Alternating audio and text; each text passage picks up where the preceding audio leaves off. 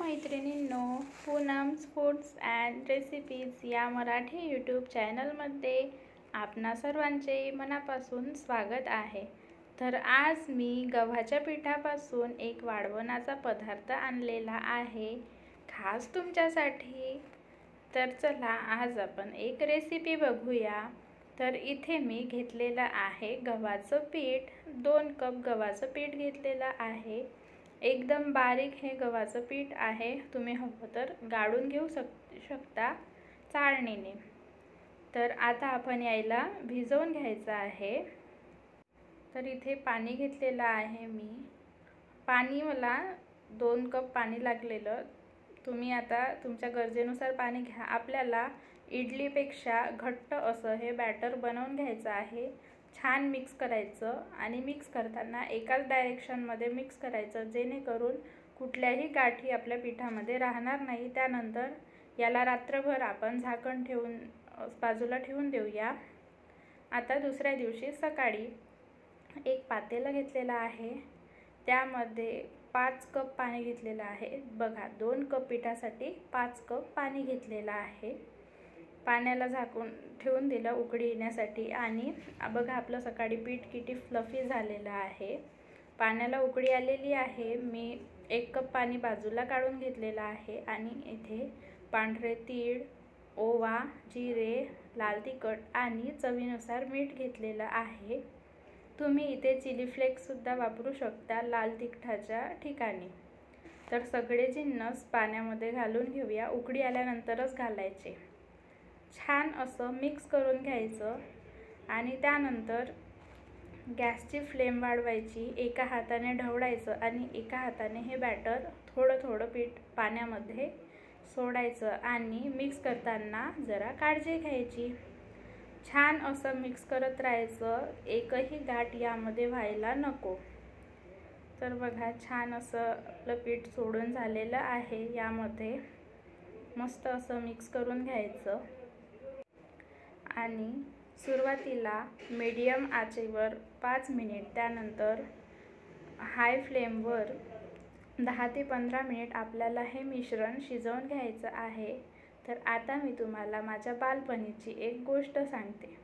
तर पूर्वी ना प्रत्येक घरी सुट्टीच्या दिवशीच वाळवणाचे पदार्थ बनायचे। कारण काय माहिती आहे का मंडळी? तर कारण असं की पूर्वी कावळे, चिमणी आणि इतर पक्षीही भरपूर यायचे आणि माशासुद्धा भरपूर असायच्या पूर्वी। मग त्यामुळे प्रत्येकाची आई ना सुट्टीच्या दिवशी वाळवण करायची, म्हणजे जेणेकरून मुलं दिवसभर खाटेजवळ बसतील आणि वाळवणावर लक्ष ठेवतील, त्यासाठी असे करायचे। तुम्हाला कधी असा अनुभव आलेला आहे का? ते मला कमेंटमध्ये नक्कीच सांगा। असो बघा आपलं बॅटर तयार झालेलं, म्हणजे मिश्रण छान शिजलेलं आहे। मी 20 ते 25 मिनिट मस्त शिजवून घेतलेलं आहे आणि जेव्हा आपण शिजवतो ना त्यावेळेस मंद आच असेल तरच तुम्ही इकडे तिकडे जा, नाही तर जर तुम्ही मोठ्या आचेवर हे बॅटर शिजवत असाल तर गॅसपासून अजिबात हलायचं नाही आणि अधूनमधून हलवत राहायचं।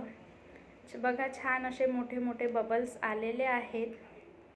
मी गव्हाचं पीठ रात्री भिजत घातलं होतं। तुम्हाला जर आंबट आवडत नसेल तर तुम्ही इन्स्टंटसुद्धा पीठ भिजवून हे बॅटर शिजवू शकता। काही जण तर ज्यांना जास्त आंबट आवडतं ते म्हणजे आज सकाळी भिजवतात आणि दुसऱ्या दिवशी सकाळी वाळवणाचे पापड बनवतात। ते तुमच्या आवडीनिवडीवर डिपेंड करतं मंडळी। तर बघा यामध्ये मेन ट्रिक ही आहे की पाणी आणि पिठाचं प्रमाण योग्य घ्यायचं आणि किमान 20 ते 25 मिनिट मस्त असं खडखडून शिजवून घ्यायचं। जेवढं आपलं बॅटर शिजेल ना तेवढे आपले पापड छान होतील, पापडाला अजिबात क्रॅक वगैरे पडणार नाहीत। बघा छान असं बॅटर तयार झालेलं आहे।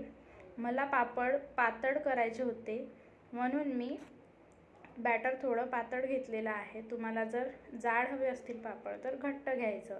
आता मी एका सॉस पॅनमध्ये हे पापडाचं थोडंसं मिश्रण काढून घेत आहे।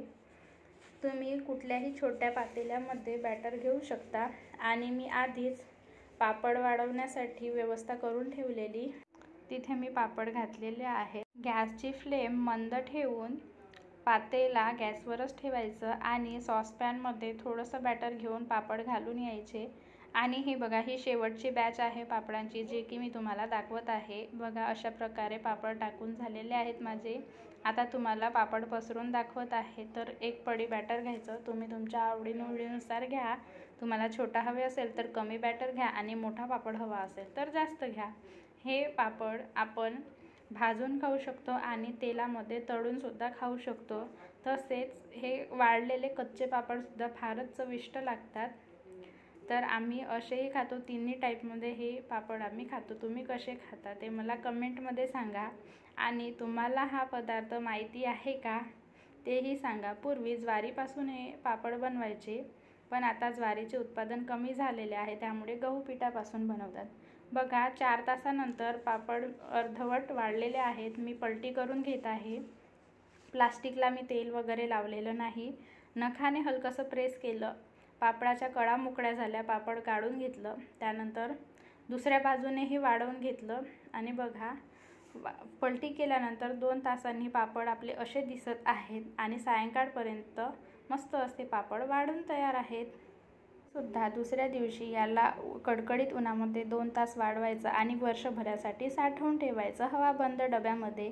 मी तुम्हाला पुढे हे पापड तळून आणि भाजूनसुद्धा दाखवेल। तर रेसिपी आवडली असेल तर मैत्रिणींनो, लाईक करा, शेअर करा, कमेंट करायला विसरू नका आणि सबस्क्राईबसुद्धा करा मंडळी। धन्यवाद।